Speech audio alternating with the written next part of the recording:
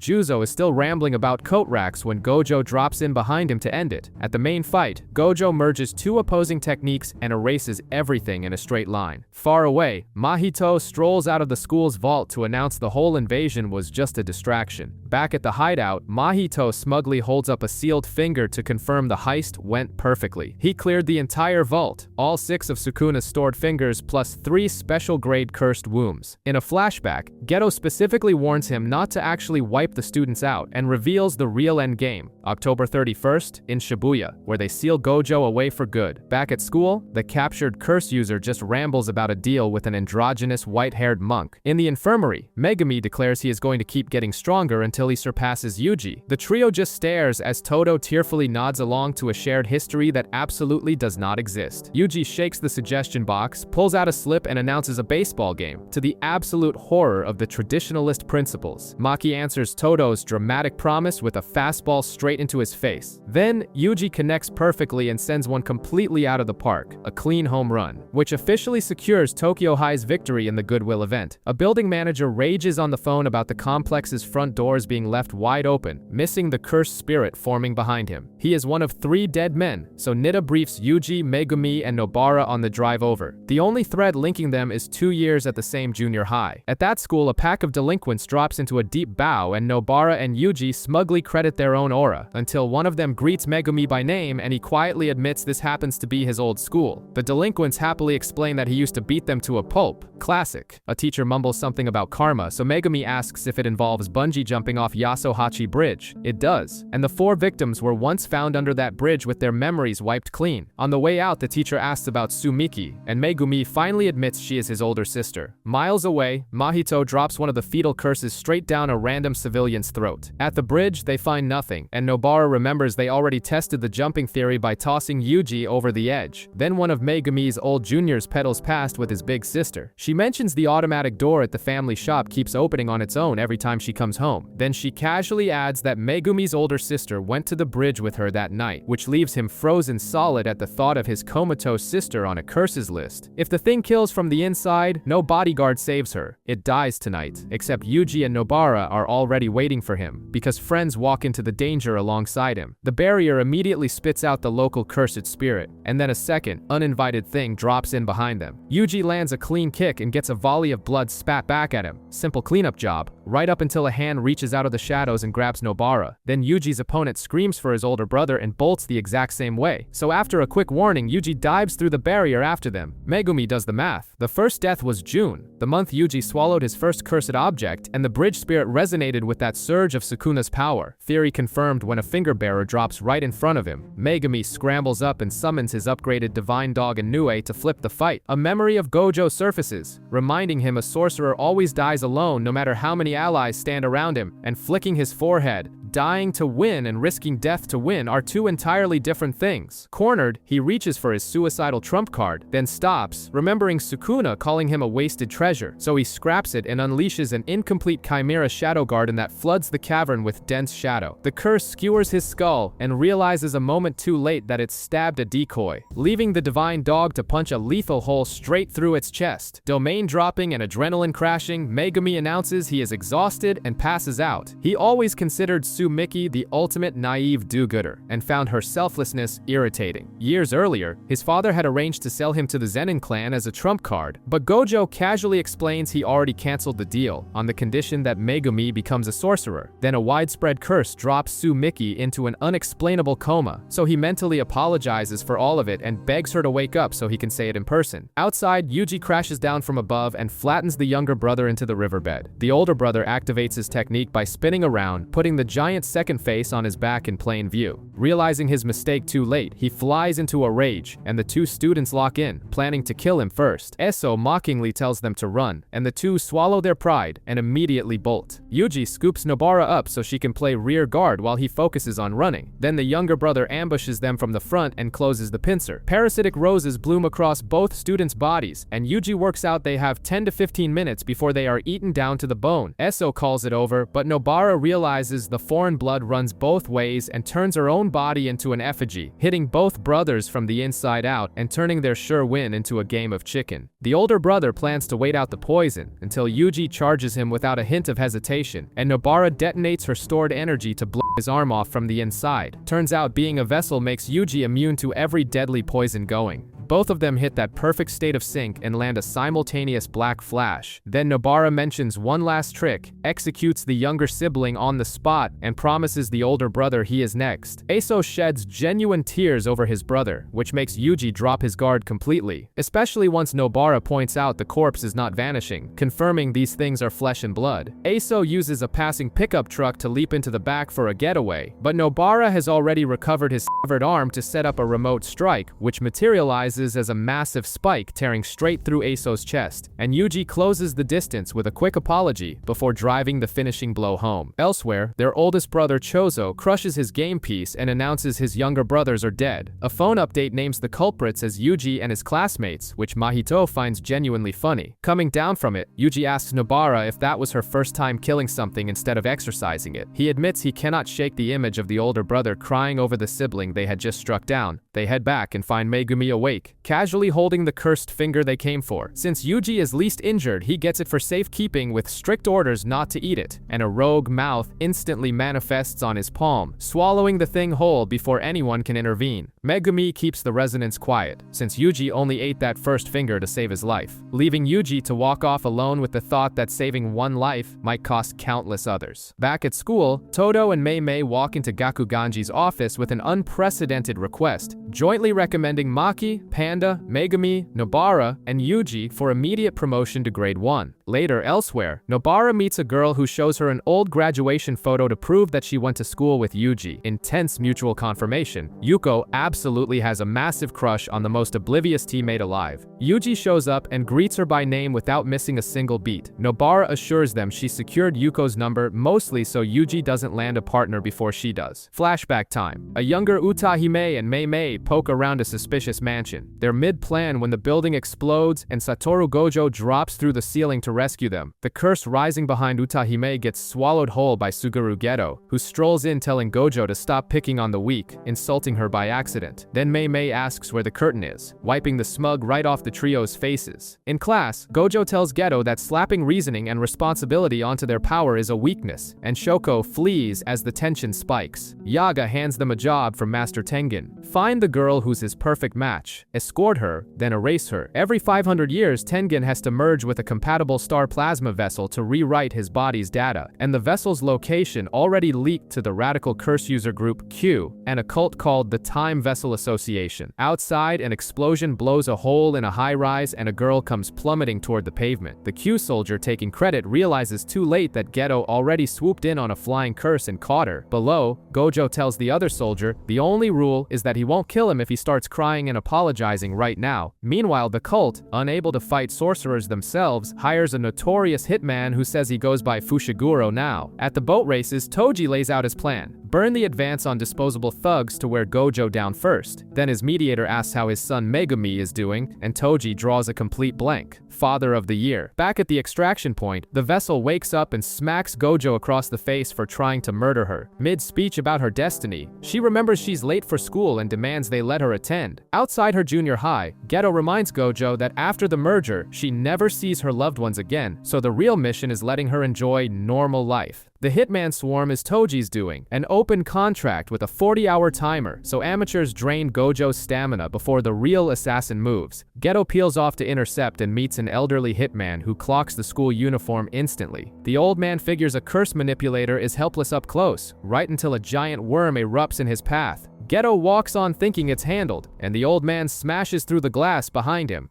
but the blade stops mid-swing because he's face to face with a small dog he recognizes as his childhood pet, Tasaki. The trance costs him everything, and Geto slams him into the tiles with zero effort. Gojo kicks open the chapel door expecting a war zone and interrupts a completely normal choir practice. Out in the courtyard, a masked hitman assumes Kuroi is a helpless civilian and takes a mop handle to the jaw. Gojo finally has an answer. Someone posted a huge time-limited bounty on the girl's head on the dark web. Cornered on the roof, he swats one attacker into the next building and clocks these aren't Shikigami but clones, all 5 acting as the original. He announces his cursed technique reversal. Absolutely nothing happens, and he shrugs it off. Classic. One message later, Riko learns her caretaker has already been taken hostage. The next day, the whole group somehow ends up in Okinawa. Geto called in backup for the exit route. A wildly enthusiastic Haibara and a Nanami who thinks they're severely underqualified. Deeply ironic respect given those upperclassmen are on the beach playing with sea cucumbers. Catching Riko gutted that her last free day is ending, Gojo pivots and suggests they stay another night. Day 3. Inside the school barrier, Gojo whines while running on fumes from 3 straight days of his defensive technique, and the second he drops it, Toji walks straight past the perimeter security and impales him from behind. Gojo waves Geto off, saying he reinforced his energy in time to keep the blade off anything vital. Toji points out the bounty already expired, because he's the one who posted it. The timer was a psychological trick. Make Gojo feel safe enough to finally drop his technique. The assassin slips the blast effortlessly, and Gojo realizes the man has 0 cursed energy. Gojo levels the area to kill any cover, and a swarm of low-level fly curses immediately floods in. Then the inverted spear of heaven goes through his throat, forcing his technique to stop dead. Deep in the tombs of the Star Corridor, Riko tackles her caretaker in a hug to thank the woman who raised her. At the gates, Geto derails the whole assignment by offering her the choice to turn around and go home. He tells her Gojo had already decided to cancel the mission, even if that meant fighting Master Tengen himself. Thinking over the life she was given, she realizes she simply cannot go through with it. She wants to stay and see more of the world, so Geto offers his hand and suggests they go home. She agrees, and she's shot in the head. Toji casually mentions he just took out Gojo, and Geto retaliates on the spot. Toji explains the tomb barrier hides things instead of keeping people out, so a man with 0 cursed energy strolls in like a ghost. Then he gets distracted by the unrelated thought that he's the one who named his son Megumi. Up on the surface, a certain supposedly dead sorcerer finally starts to stir. A vengeful spirit traps him in a domain demanding to know if she's pretty. Toji says she isn't his type. Geto gambles on closing the distance, and the assassin steps inside his guard and opens his chest wide. A final strike to the head, plus advice to go thank his parents. At the cult's headquarters, Toji has his spirit regurgitate the prize and dumps the vessel's body at their feet. Asked why he staged the hostage grab in Okinawa, Toji admits it's because the cult's president had a private jet. He strolls out with his money and stops dead. Gojo is standing in the path. Toji works out he healed himself with a reverse cursed technique, and Gojo cheerfully confirms it. He adds that Toji made one critical error by not taking his head off with a cursed tool. Gojo finally lands the reversal he fumbled earlier, pouring positive energy into a repelling attack called Red. Toji whips a nullifying blade on an endless chain up through the debris straight at the teenager. Gojo sidesteps, noting the downside of a famous inherited technique is that everyone knows how it works. Then he declares himself the sole honored one across all of heaven and earth, and he unleashes Purple to blast everything in its path. Toji knew he should have run, but his spite for the Jujutsu world made him stay and fight. That one slip into pride leaves him standing with half his torso blown away. His last words, his kid gets sold to the Zenin clan in a few years, and the boy's fate is now Gojo's problem. Suguru drags himself into the cult's headquarters and finds Satoru hauling the vessel's wrapped body through a crowd of applauding members. The applause gets under Satoru's skin, and he casually asks if they should just slaughter everyone in the room. Suguru kills the idea. A core philosophy is the only thing keeping a sorcerer from losing his mind. Time passes, and one casual display of godhood makes Suguru realize his friend is officially the undisputed strongest, which means Satoru takes every dangerous mission alone now, leaving Suguru completely isolated, so his summer becomes swallowing curse after curse, each one tasting like a rag soaked in human vomit. Then a stranger drops in, special grade sorcerer Yuki Tsukumo, opening with what his type of woman is. Curses leak out of normal people, so there are 2 fixes: strip humanity of cursed energy or teach everyone to control it. Geto follows that logic to its darkest end and casually suggests exterminating every normal human on Earth. Yuki says those clashing ideologies are just paths he has to actively choose between to define himself. Her parting shot lands harder. Their failure and Riko's death never mattered to the Jujutsu world. Then Gojo delivers the next gut punch flatly. Haibara has been killed in action. Sometime later, on a solo village job, Geto finds two accused little girls locked in a cage. Yuki's words about choosing a path come back, and he calmly asks the villagers to step outside with him. 5 days later, the report lands. All 112 inhabitants massacred. Geto walks away from sorcery, a rogue curse user marked for immediate execution. Yaga tells Gojo the evidence says he murdered his own parents too. Shoko laughs it off as childish, then pulls out her phone to tip off Gojo. Gojo yells that the plan is impossible. Geto stands his ground and says his path finally has meaning, and Gojo can't pull the trigger, releasing his technique and letting the fugitive walk. The realization is brutal. All that power is useless if the people he cares about refuse to be saved. Later, he introduces himself to a bewildered congregation and officially launches his own supremacy cult. Later still, Gojo tracks down Toji's young son Megumi to intercept his sale to the Zenin clan, and one look at the kid is all it takes to see the assassin who nearly killed him. Gojo hunts down a first grader Megumi to explain his Zenin blood and what that lineage sells for. The kid could not care less, brushing right past Gojo's botched confession to killing his father, so Gojo just hands him a warning instead. Get strong enough that nobody leaves you behind. Years later, Utahime briefs the Tokyo students on two moles feeding the curse users, one an untouchable higher up, then finally drops the traitor's name. Over in Kyoto, Miwa taps Mekamaru's silent shell, wondering where the real pilot is. Miles away, the real Kokichi waits in another facility as Geto and Mahito stroll in, and Geto reminds a trigger-happy Mahito of the vow: heal the boy's crippled body in exchange for his espionage. So the curse begrudgingly flips on idol transfiguration, and Kokichi stands on his own 2 feet for the first time. Mahito happily accepts, kicking off the showdown before the kid even bothers to get dressed. An explosion later, Mahito is staring up at a mechanical behemoth stashed under the dam, while inside the head, Geto's barrier jams every signal, killing Kokichi's warning to Gojo about Shibuya, so he taps the 17 years of cursed energy he hoarded in confinement, and when Mahito closes in, cashes 2 more years into a point-blank detonation. The hidden capsule blows from the inside and takes Mahito's arm clean off, stunning the curse. That strike skipped his technique and hit his soul directly. He lunges back out with the arm restored, but Kokichi clocks the fake regeneration hiding the damage, so Mahito quits playing and unleashes his domain expansion, leaving Kokichi with a dead escape plan and a very real chance of dying here. Except mid-victory lap, Mahito suddenly finds himself impaled from behind as the pilot injects a simple domain straight into the curse's body, a trick he picked up just from watching Miwa practice her sword style. But Mahito strikes first and ends the battle. Back at school, Miwa tells the dormant proxy she wants them to be closer, wishing he could have played baseball. Out in the wreckage, Mahito explains he dropped his domain right as the attack landed to fake his own death, locking every piece into place as the promised Halloween assault officially begins. On the evening of October 31st, a 400-meter curtain drops over a Shibuya department store and locks the civilians inside, and the trapped crowd starts chanting for Gojo to be brought in, which now Obito clocks instantly as a setup, since normal people have no clue who the strongest sorcerer even is. And then someone points out that the whole main intersection just got sucked into the subway like a draining bathtub. Just past 8:30, Satoru Gojo finally strolls in, casually walking across people's shoulders through the crush, deducing the barrier's anchor must be sitting even deeper underground, and stepping onto the packed platform right in front of the assembled disaster curses, where Jogo tells him he is the one who will need an excuse today. Down on the platform, Jogo grabs a commuter and kicks off the massacre, and Gojo realizes the blocked exits are a blind spot that will not let him blast a way out,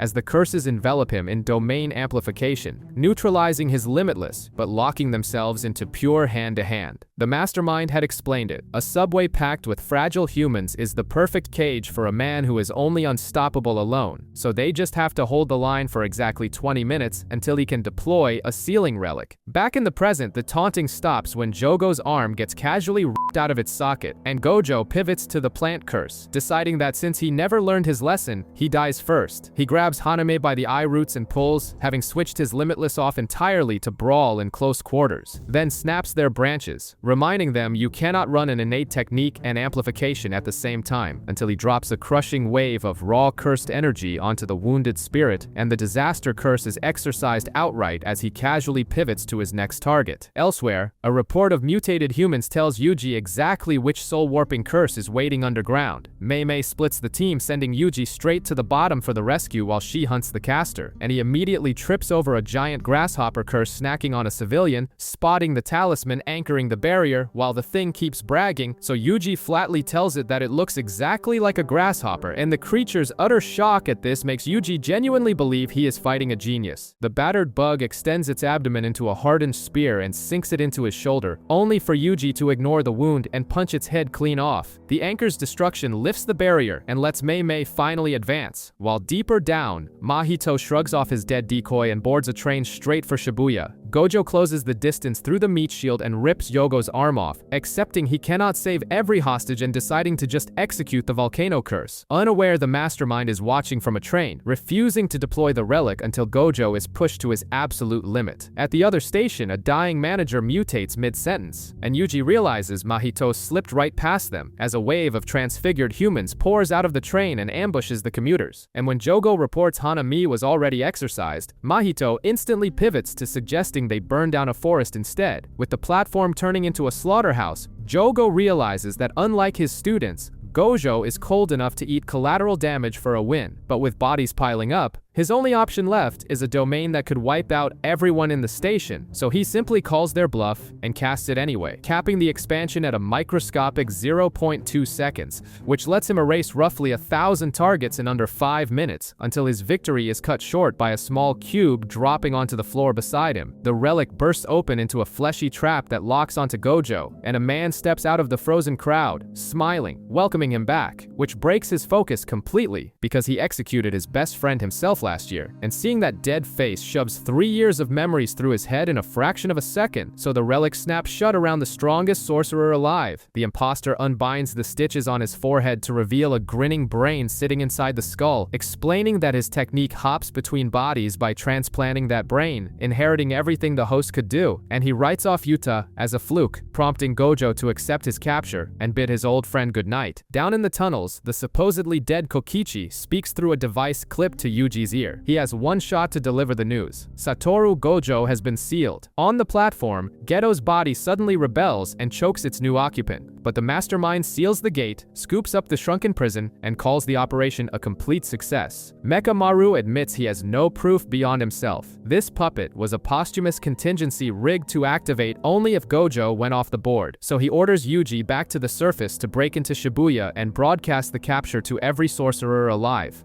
Back on the platform, the prison realm suddenly multiplies in mass and craters the concrete, as Gojo, sealed where time does not flow, decides not to worry, fully confident his students will handle the fallout. Ijichi sets up comms for the advancing teams and immediately catches a blade in the back, bleeding out on the pavement. Underground, the master plan hits a snag. The cube won't budge, so the most dangerous curses in the world are stuck babysitting a heavy box until the seal finalizes. Yuji hits a rooftop and screams the news to the whole block. Gojo has been sealed. Back at the cube, Mahito would rather just execute the kid, openly admitting he personally wants to kill him. The imposter shrugs off a pair of very angry visitors, says he doesn't remember making any deal, and advises them to try a binding vow next time. On the surface, Nanami orders the students to tear down the barrier prohibiting sorcerers, while he heads back to street level for Ijichi. On a nearby rooftop, the exact mercenaries they were just warned about, Awasaka and Granny Ogami, agree things are finally getting interesting. Ino works out the trick. The cast plants himself out in enemy territory on purpose, trading his own safety for a monstrous boost to the veil's durability. So they hit the roof, and Ino smashes the peg to drop the veil, and nothing happens, because the casters planted 3 of them. Classic. The burly one snaps his bindings, Megami dispels their footing, and Yuji tackles him straight off the skyscraper. Down on the pavement, Megami points out nobody survives a 41-story drop that clean, and orders the man to drop the act. Up on the roof, Ino becomes a spiritual medium, and calls up the first of his 4 auspicious beasts, but his strike gets caught as the old woman finishes her incantation and summons the bodily data of Toji Zenin. Her grandson's body mutates into a full copy of the man who beat Gojo over a decade ago. Flashback. The schoolgirl hugging her dad drives a weapon into his neck because she was Ogami, wearing a stolen face the whole time. Years later, she and Awasaka go hunting the newborn with the 6 eyes, and one glance from the kid is enough to make them quit on the spot.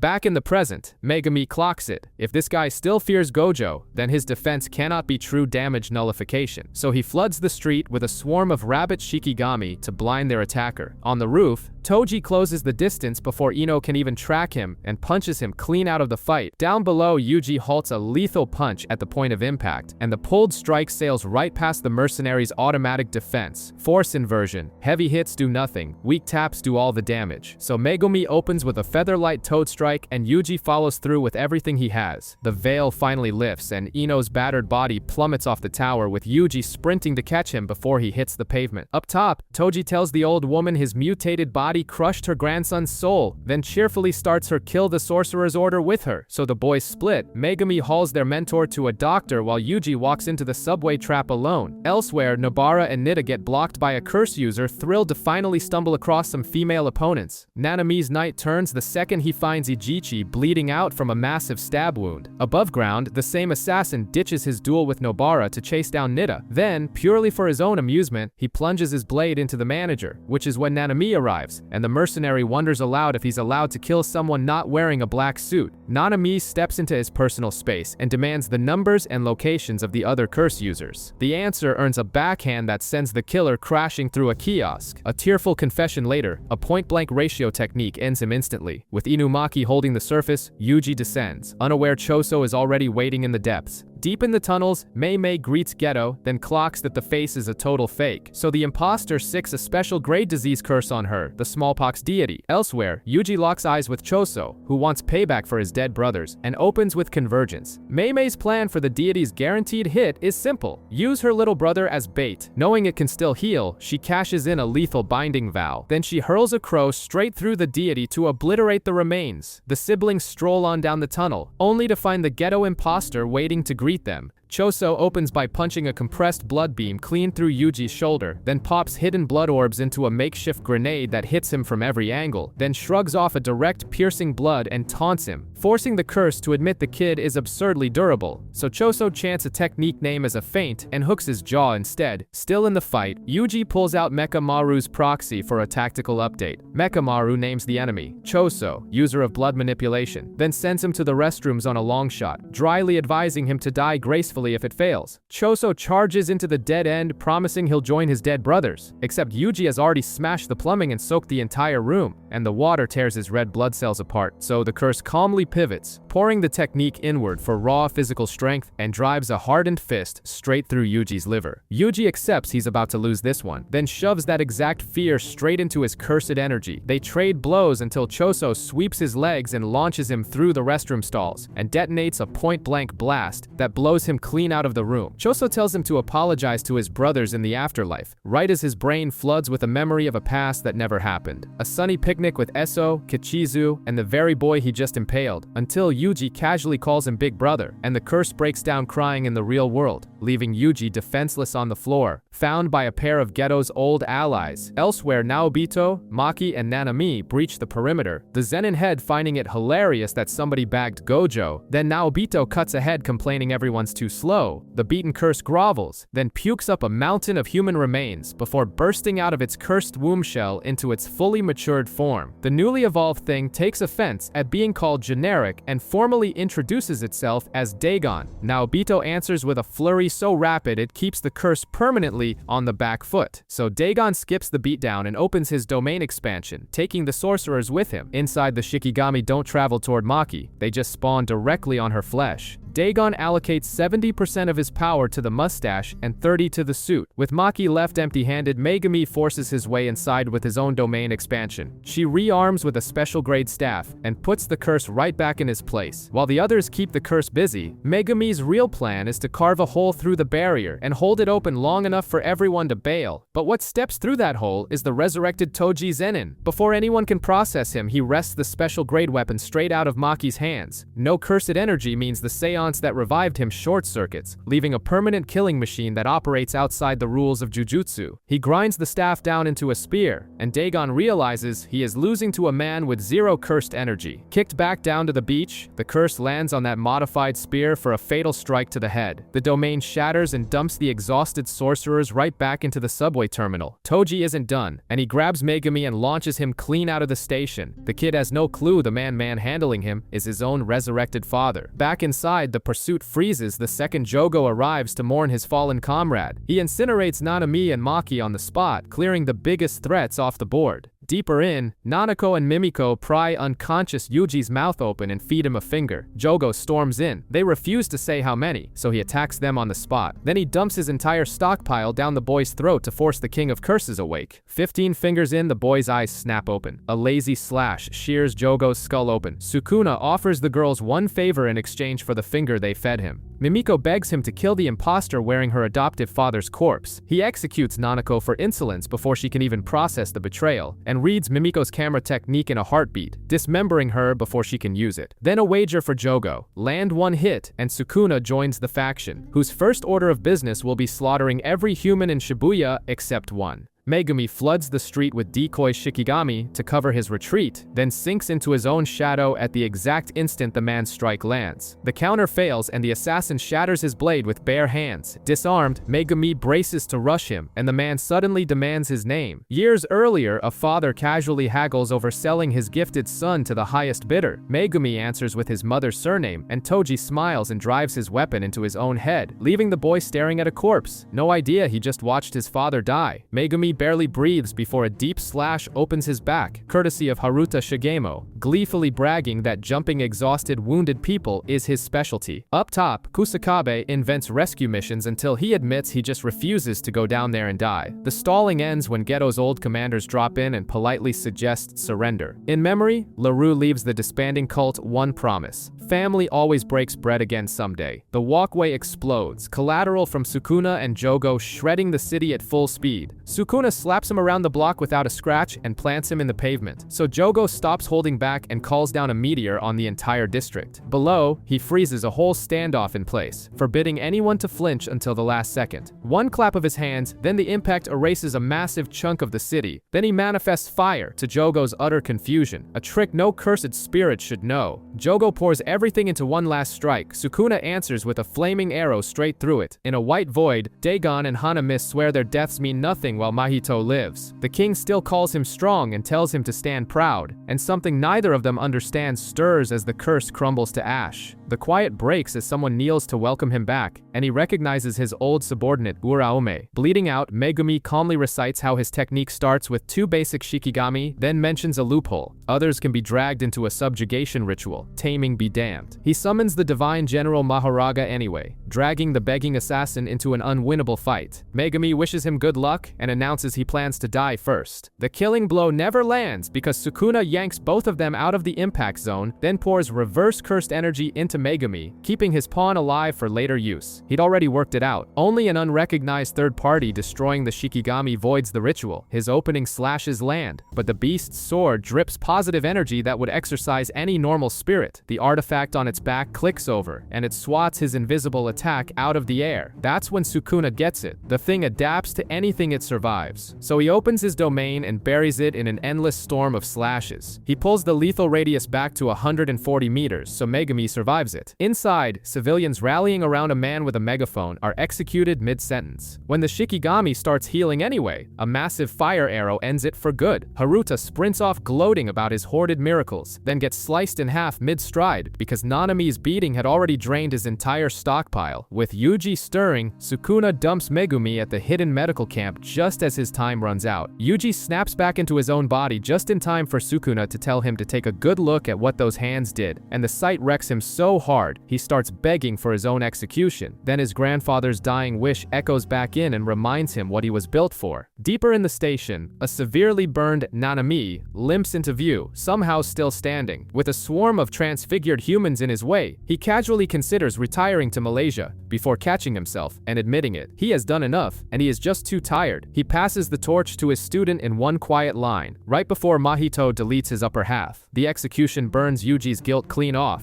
and he locks onto the curse. Yuji charges in to avenge him, but Mahito counters by swinging a transfigured soul at him, and moments later bursts out of the creature's mouth to catch him with a shot to the face, then drops the line that lands harder than the punch. The two of them are exactly the same. Yuji answers with an ancient martial arts trick, killing the tension in his joints to drop into a crouch with zero telegraph, but Mahito just spits blood, grins wide, and happily announces round 2. Yuji can only watch as the fleeing curse splits his own body clean in two. Up in the alleys, Nobara blocks the double's path, recognizing that stitched face from her briefings. She reads his cursed energy and flings a barrage of nails he dodges, all of them sticking into the shutter behind him. Then she detonates them and sets off a second blast right against his back. He clocks her connection to Itadori and decides to head back down to the tracks carrying her corpse. Her real trap goes off from the ground up and drives a spike of force through his chest. It is her resonance strike, using the clone's body as a direct line into the original soul, which detonates the real curse from the inside. All the way down in the subway, while up on the street, the clone starts melting onto the pavement. Instead of fusing back together to heal, the two bodies just slap hands and swap places as they cross, leaving Yuji completely lost as to why his enemy pulled off a relay handoff. The real one gets there first and presses its palm flat against her face, then asks her straight out if she can survive it. Years earlier, a 6-year-old Nobara loses a video game to an older kid who tells her to always go for the kill. The technique drags her back to childhood, where little Nobara demands a girl named Fumi trade bags the second she spots that pastel blue one. Later, a teenager named Saori warmly welcomes the two of them inside until the locals run her out of town by trashing her property. And years after that, Nobara leans out the train doors, promising they will all reunite with Saori one day. Back in the present, she realizes how wrong she was about ending up alone, thinking of every friend she made at Jujutsu High. And she tells Yuji her life was not so bad, right before Mahito's technique detonates her face. One last memory flashes by, the trio ruining a designer shirt Ijichi trusted them with, and then it is over, as Nobara succumbs to the transfiguration, and the weight of Nanami, Sukuna's massacre, and this final loss simply shuts Yuji's mind down, which is exactly when Mahito lands a black flash against his skull, insisting he murders without a second thought, the exact same way Yuji saves people, until Aoi Todo tears off his jacket to declare that they are the exception, and shouts for his brother to wake up, because their battle has only just begun. Yuji confesses that Sukuna's massacre and his dead mentors are too heavy to carry. Todo fires back that hunting for logic and death only disrespects the people they loved.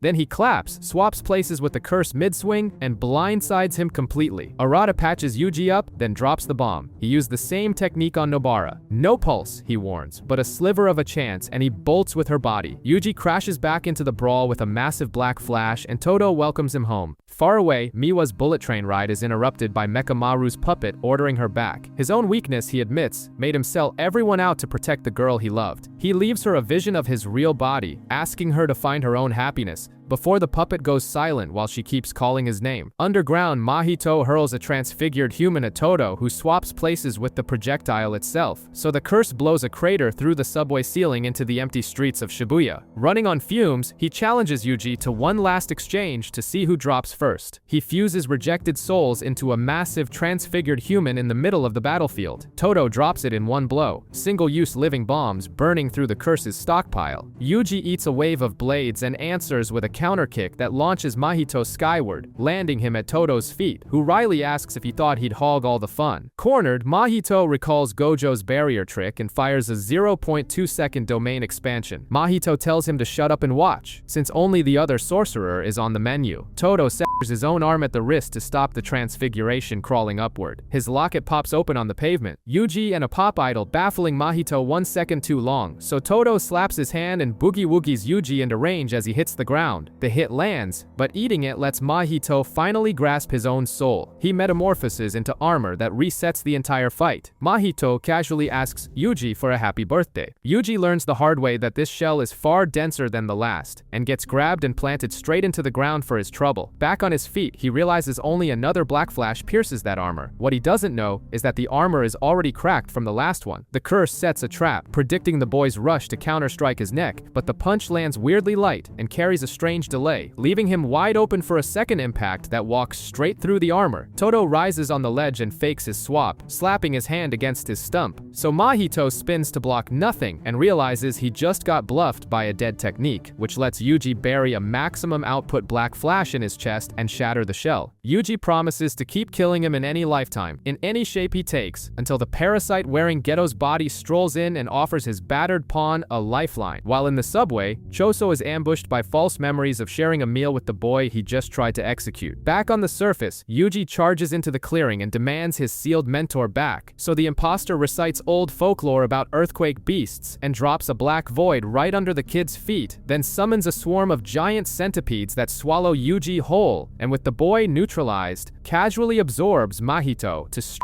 him for parts. Then Miwa drops in and gambles her entire future as a sorcerer on one overpowered swing, which the ancient curse user catches barehanded and snaps in half, before firing a point-blank blast into her while Yuji screams for him to stop. Then Choso connects the dots. This is the same sorcerer who experimented on his mother, and he screams out the name of the most notorious sorcerer in history. Choso charges, furious at being played, only for Uraume to block the strike. Then Choso does the math. Body hopping means Yuji is technically his blood little brother, and his brain short-circuits, and Uraume answers the counterattack with a glacier that swallows Choso and the vanguard whole, but Yuji smashes out, and Choso derails the moment by demanding to be called Big Brother. Then a voice cuts in, Yuki Tsukumo, asking her signature question about his taste in women. Yuki lays out the split. She wants cursed energy erased entirely. He wants it optimized, but he declares his real goal is chaos so vast, it runs completely outside his own control. Extraction done, Kenjaku confirms he ate Mahito and fires off idle transfiguration. The shockwave rewrites the brains of everyone he marked, turning them into working sorcerers, and snapping a seal wakes them nationwide, including Megumi's comatose sister Su Miki. He wants these hand-picked vessels to slaughter each other for his research, right as Uraume drops from the poison Choso laced into his blood attack. But Kenjaku just waves goodbye with the sealed Gojo, saying he expects great things from Yuji, and he is already gone, ushering in a new golden age of sorcery. A little girl is about to become a cursed spirit snack, until a blade slams down from above and impales the monster straight through the skull. Standing before the higher-ups, Yuta offers to kill the boy himself. Headquarters drops 5 directives. Geto sentenced to death again, Gojo exiled, Yaga's execution ordered, and Yuji's death penalty reinstated. At the Zenin estate, Naoya strolls in late and smiling. His father is on his deathbed, so obviously he's the next clan head. Except the will has fine print. If Gojo ever goes down, an old agreement with Toji hands the clan to Megumi. Naoya vows to execute Itadori, but the real plan is wiping out both targets to secure the seat. Far from there, Yuji flatly says he isn't going back to Jujutsu High. With the anomalies cleared out, Choso openly claims Yuji as family and points out that his parent bore the exact same stitches as the sorcerer who created him. Naoya Zenin drops in behind Megumi's friends and casually explains that with Gojo out of the picture, the higher-ups have reinstated Yuji's execution order. Then, a heavy spike of cursed energy freezes everyone in place, and Yuta lands on the bridge right above them to personally carry out that execution order. The introduction comes in the form of a crater as Yuta Okatsu drops in from above and shatters the concrete. Choso quietly warns Yuji that this guy is on Satoru Gojo's level and tells him to run while he handles the speedster. To close the gap during the chase, Yuta effortlessly throws an entire car at his target. With Yuji locked down by the Shikigami, Yuta steps forward and drives the broken stump of his katana straight through his chest. Inside, Sukuna's irritation morphs into a knowing smirk as he realizes exactly what the executioner is really up to. In the other tunnel, Choso explains that an older brother exists to walk ahead and make the mistakes first so the younger ones can learn from them. Then he detonates the blood orbs like a scattergun blast, hitting Naoya at point-blank range. But the victory lasts 2 seconds, since Yuta ignores the family drama, knocks Choso out with a single casual punch, and asks Naoya if he needs a hand. In exchange for the healing, he demands that Naoya return to headquarters and officially report that Yuji is dead. At the campfire, Yuta admits he only faked the assassination because Gojo personally visited him months ago. He bypassed the binding vow by stopping the kid's heart and instantly reviving him with reversed curse technique before the contract could register a breach. Megumi cuts his friend's breakdown short short and outright demands that Yuji start by saving him first because his sister, Sumiki, has been forced into the tournament against her will and he needs Yuji's strength to get her out. Megumi drops the bomb. Kenjaku has kicked off a nationwide jujutsu terrorism event called the Culling Game, and Sumiki is trapped inside it. Yuji's price for signing on is grim, asking Yuta to execute him if he ever loses control again. At the meeting point, Maki is alive and scheming with Yuki Tsukumo. Then a voice stops them cold and Master Tengen reveals himself, greeting the sorcerers by their bloodlines. Tengen finally puts a name to it, Kenjaku, the ancient sorcerer currently driving Suguru Geto's corpse around. Answers come at a price, two of their strongest staying behind as permanent bodyguards. Kenjaku's endgame is forcing all of mankind to merge directly with Tengen himself.